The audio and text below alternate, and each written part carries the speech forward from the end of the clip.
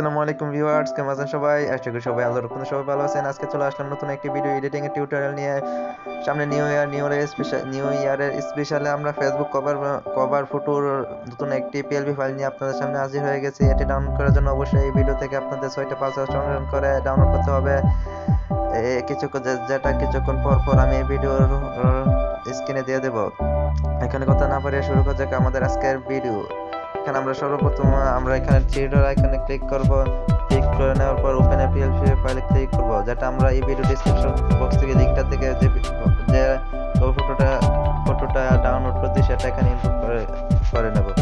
করে নেওয়ার পর এখানে আমরা এটা ক্লিক করে যে কোনোভাবে আমরা এখানে যে কোনো জিনিস এখানে যে আমাদের মতামত অনুযায়ী কাস্টমাইজ করতে পারবো।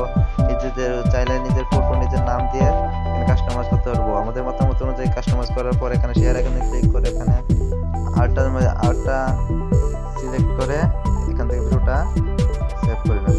বন্ধুরা, ভিডিওটা এখন ছিল, সাথে থাকার জন্য ধন্যবাদ।